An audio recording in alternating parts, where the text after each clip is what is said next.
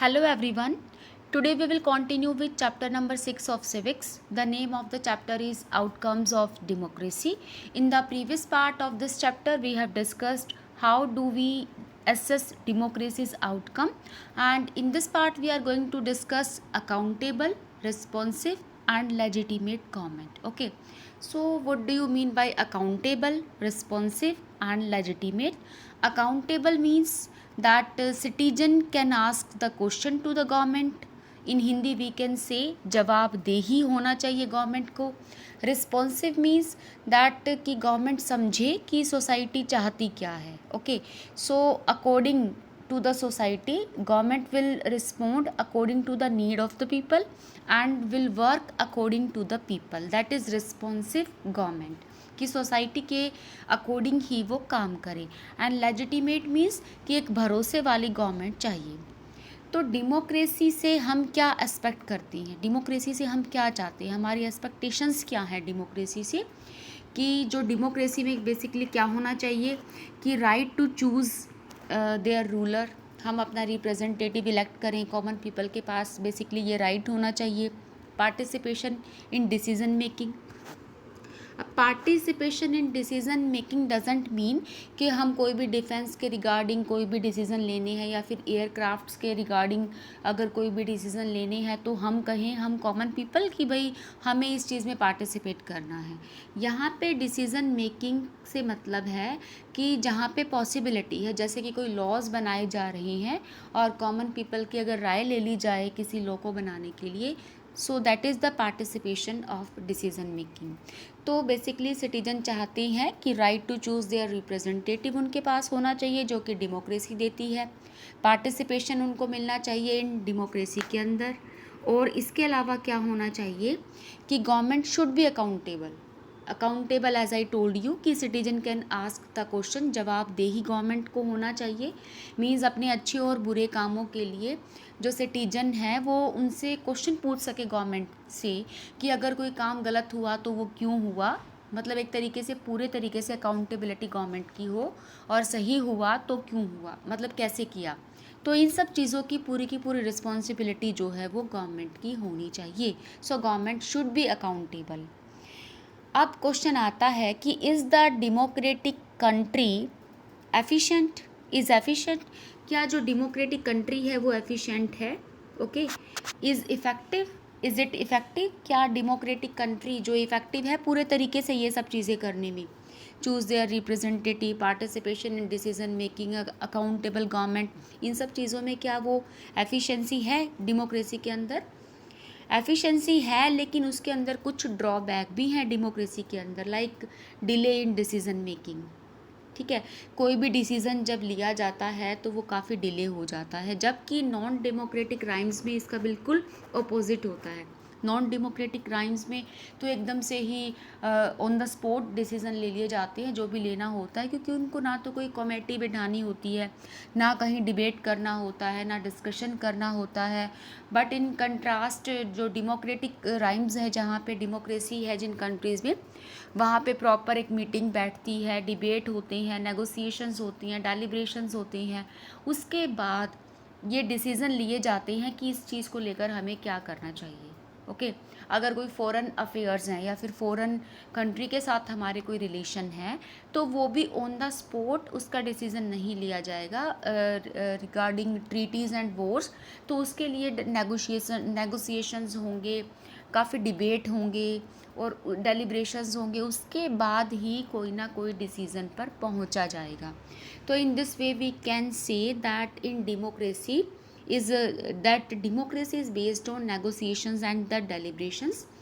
On the other hand, in the non-democratic countries जो decision है वो ऑन द स्पॉट ले लिए जाते हैं, फटाफट ले लिए जाते हैं. लेकिन जो नॉन डेमोक्रेटिक कंट्री है वहाँ पे सिटीजन जो हैं उन डिसीज़न से बिल्कुल भी हैप्पी नहीं होते. लेकिन डेमोक्रेसी जो कंट्रीज़ हैं वहाँ पे सिटीजन हैप्पी होते हैं, क्योंकि भले ही काफ़ी डिले होता है डिसीज़न मेकिंग में, एक ड्रॉबैक है डेमोक्रेसी का, लेकिन जो भी डिसीज़न लिए जाते हैं वो काफ़ी अच्छे से सोच समझ के, ओके, ढंग से डिसीज़न लिए जाते हैं, फटाफट में कुछ नहीं किया जाता. तो ये चीज़ हम यहाँ पे जो है देखते हैं डेमोक्रेसी के अंदर, डेमोक्रेटिक कंट्रीज़ के अंदर। और दूसरा एक और इसका फैक्टर है डेमोक्रेटिक कंट्री का कि यहाँ पे क्या है, ट्रांसपेरेंसी है। ओके, ट्रांसपेरेंसी का मतलब होता है कि पीपल नो एवरीथिंग, मतलब ट्रांसपेरेंट है। ट्रांसपेरेंट जैसे कि आप लिटरली इसका मीनिंग क्या देखते हो, ट्रांसपेरेंसी मीन्स मतलब सब कुछ आर पार दिखता है। तो in the same way democracy में जो भी गवर्नमेंट डिसीज़न लेती है, जो भी डिसाइड करती है, जो भी गवर्नमेंट करती है, उस सब की जानकारी कॉमन पीपल को होती है। ओके, तो ये ट्रांसपेरेंसी भी एक डेमोक्रेसी का फीचर है, जबकि नॉन डेमोक्रेसी कंट्रीज़ में ऐसा बिल्कुल भी नहीं होता। वहाँ पर जो जो हमारा जो वहाँ पे रूल करता है, रूलर जो वो डिसीज़न लेता है, that decision will be final. उसको किसी से पूछने की ज़रूरत नहीं है, कोई डिस्कशन करने की ज़रूरत नहीं है, और काफ़ी मतलब सीक्रेट तरीके से रखा जाता है। कॉमन पीपल को कुछ नहीं बताया जाता, काफ़ी छुपा के रखा जाता है कॉमन पीपल से। तो काफ़ी ट्रांसपेरेंसी जो है वो होती है। सिर्फ डेमोक्रेसी के अंदर, नॉन डेमोक्रेटिक कंट्रीज़ के अंदर इस तरह की ट्रांसपेरेंसी नहीं होती।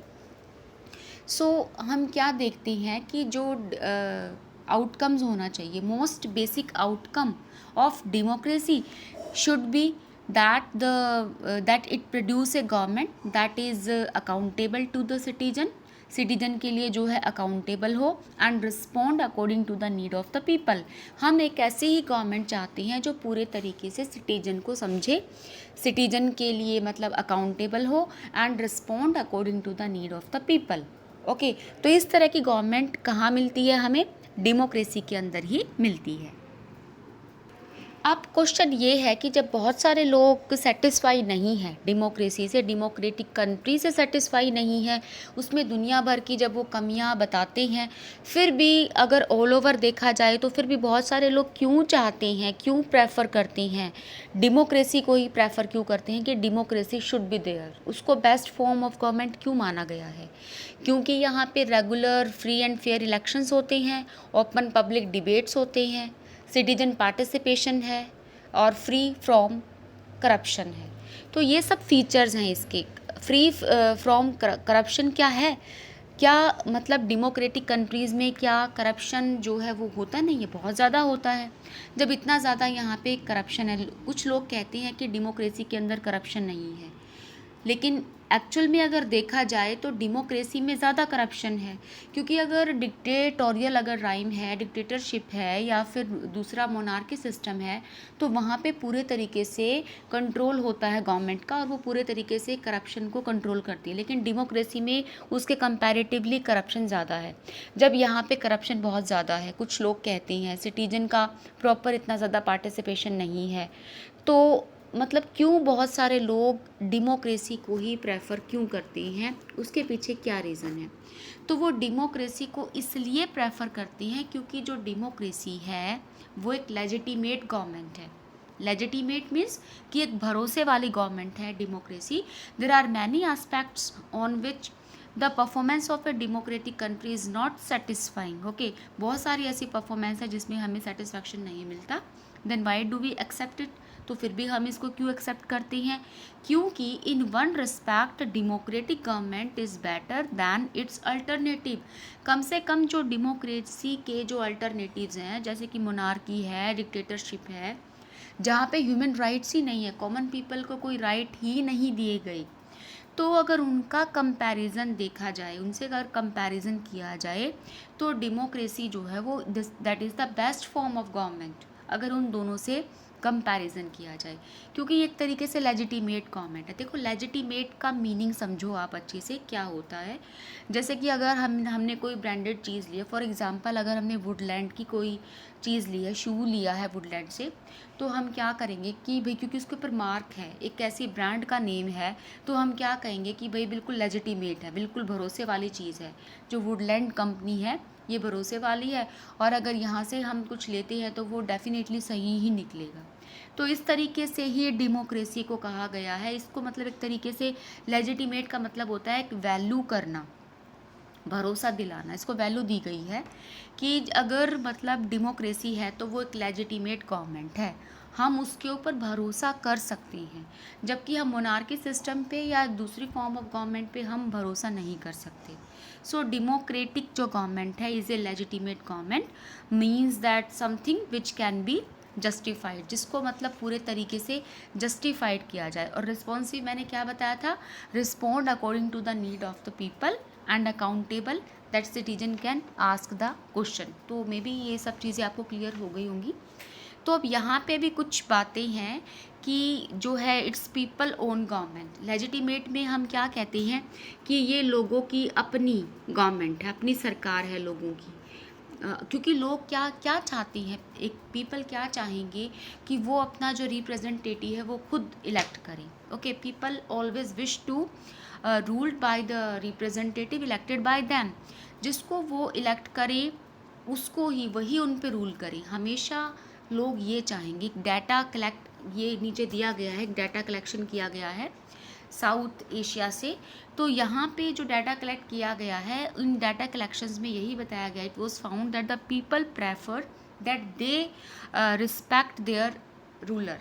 वो अपने रूलर को रिस्पेक्ट देंगे जो उनका रिप्रेजेंटेटिव है, मतलब जो जिसको उन्होंने बनाया, चाहे वो बुरा भी क्यों ना हो, चाहे उसमें कुछ कमियां भी क्यों ना हो, लेकिन हमेशा पीपल यही चाहेंगे कि जिसको भी वो रिप्रेजेंटेटिव जो भी है, जिसको भी वो वोट करें, जिसको भी वो इलेक्ट करें, ठीक है ना, इलेक्टेड बाय दैम, वही उनको रूल करे। तो ये चीज़ लोग चाहते हैं, दैट इज़ वाई डेमोक्रेसी को प्रेफर किया गया है, democracy as a best form of government. जबकि जो इसके अल्टरनेटिव फॉर्म्स ऑफ गवर्नमेंट है दूसरी, उनको इतना ज़्यादा पसंद नहीं किया गया। अगर इनसे नॉन डेमोक्रेटिक राइम से अगर डेमोक्रेसी को अगर कंपैरिजन किया जाए, हालांकि इसमें कुछ कमियां हैं, डिसीजन काफ़ी डिले होते हैं जो कि हमने डिस्कस किए हैं, लेकिन इन कमियों के बावजूद भी लोग जो है डेमोक्रेटिक फॉर्म ऑफ गवर्नमेंट को ज़्यादा पसंद करती हैं। Okay student, that's all for today. Rest part of the lecture we will discuss in the next video. So thank you for being with me.